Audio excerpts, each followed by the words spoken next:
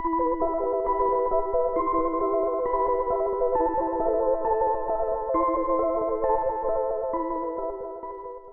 everybody, I'm Casey and thank you for clicking on today's video.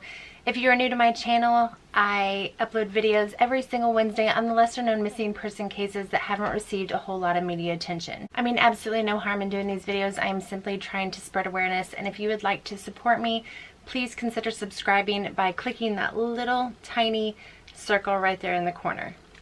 Today's case is going to be a very short video. There are not a lot of details to this case. I don't think any information or tips have come in a very long time. But like I've said before in other videos, I believe a case can be solved no matter how old it is.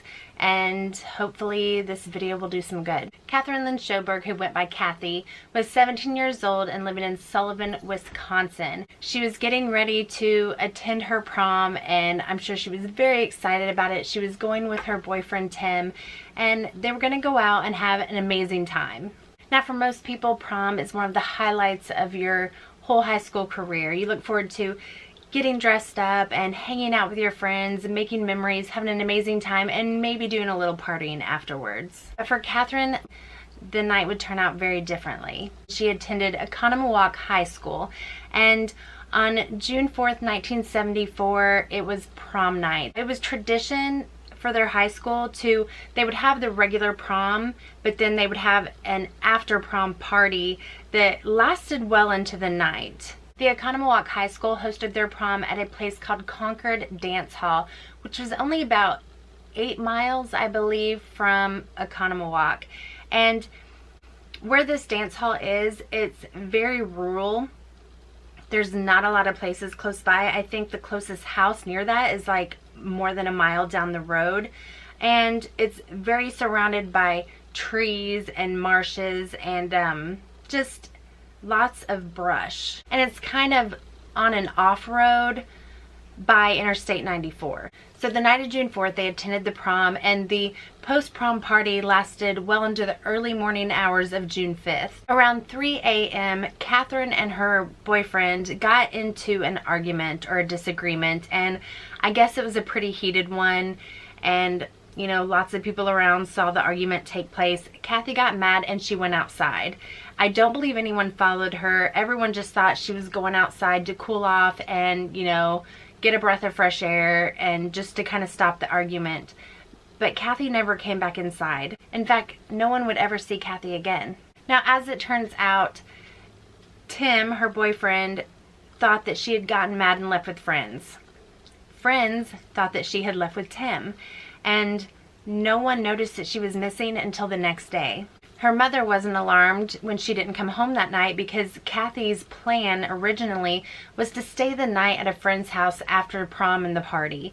And the friend that she was supposed to stay the night with knew that she'd gotten in this fight with her boyfriend, and so the friend thought that she was just so mad that she just went home. So no one reported her missing until the following day, when she didn't report home and her mother realized that she had never made it to the friend's house. It was not believed that Cathy would have any reason to take off and not tell anyone where she was going on her own. She was a happy girl. She was very involved in school. She had lots of friends, and she had a lot of upcoming events. The day after she disappeared, she was supposed to hand out programs at the high school graduation, and I believe it was the following weekend. She was supposed to be in a wedding, and she obviously didn't show up for any of that. So her family knew that something was seriously wrong, but they said for certain that she absolutely would not take off on her own. Also, she didn't take anything with her. She was still all dressed up in her formal dress and heels and, you know, jewelry, and she was not prepared to just leave and start a new life.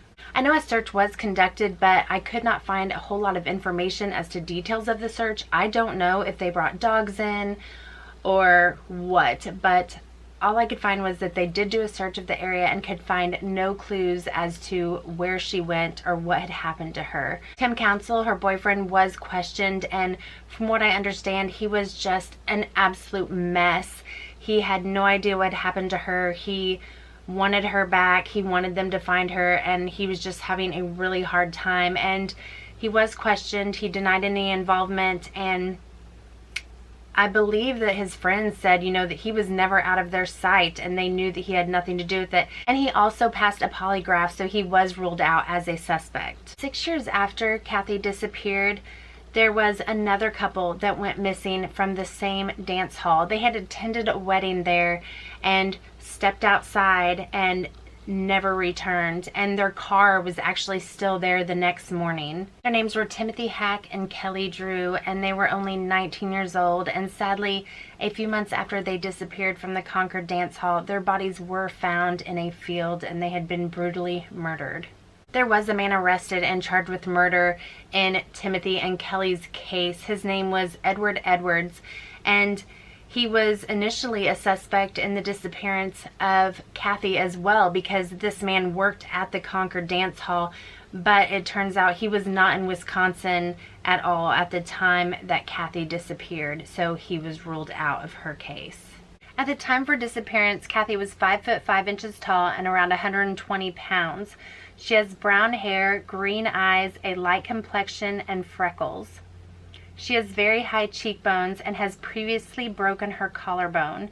She has pierced ears and was last seen wearing a light blue formal gown with brown and pink trim and white flowers, a corsage, a gold pin, a gold chain, and high-heeled shoes. There have been supposed sightings of Cathy, even some from, I believe, California, but none of them have been proven to be her. And like I said before, her family does not believe she would leave voluntarily. She had too much going on and was living a very happy life right where she was. It has been 46 years since Cathy went missing, and there's still no new information. And there's so many theories, so many possible scenarios. Did she hitchhike? Hitchhiking was a big thing back in the 70s, you know, and perhaps she tried to get a ride home from someone and the wrong person picked her up. I've also seen rumors that a lot of the students that were there that night think that she wandered off and got into one of the marshes and maybe drowned. But my problem with that is, I went to prom when I was in high school. I was all dressed up in heels, hair done, all fixed up. I was not about to go wading or walking through some field or walking through the woods. Not gonna happen. I cannot see any girl that's all dressed up wanting to go walking in a field. I don't care how mad you are. You're not gonna risk dirtying yourself up. But I mean, I guess it's a possibility. I don't particularly believe that theory. It's also a possibility that, you know, she took off walking and someone picked her up. It's possible that maybe someone that was outside with her in the parking lot offered her a ride and did something to her. But whatever happened to her, and whoever knows about it, they haven't spoke up yet, and someone needs to. Her poor family, I mean, going this long without knowing anything would just be absolutely excruciating. It could even be that she was hit by a car while she was walking, and the person, you know, panicked and threw her in the car and took off with her and disposed of her sadly. There's so many things that could have happened, but no one saw anything, which I find very strange. You would think that there'd be more people outside in the parking lot of prom, but I guess there wasn't. Or if there was anyone out there, they didn't see anything, or they're not talking. If you have any information on the whereabouts of Catherine Lynn Sjoberg, please call the Jefferson County Sheriff's Office at 920-674-7300.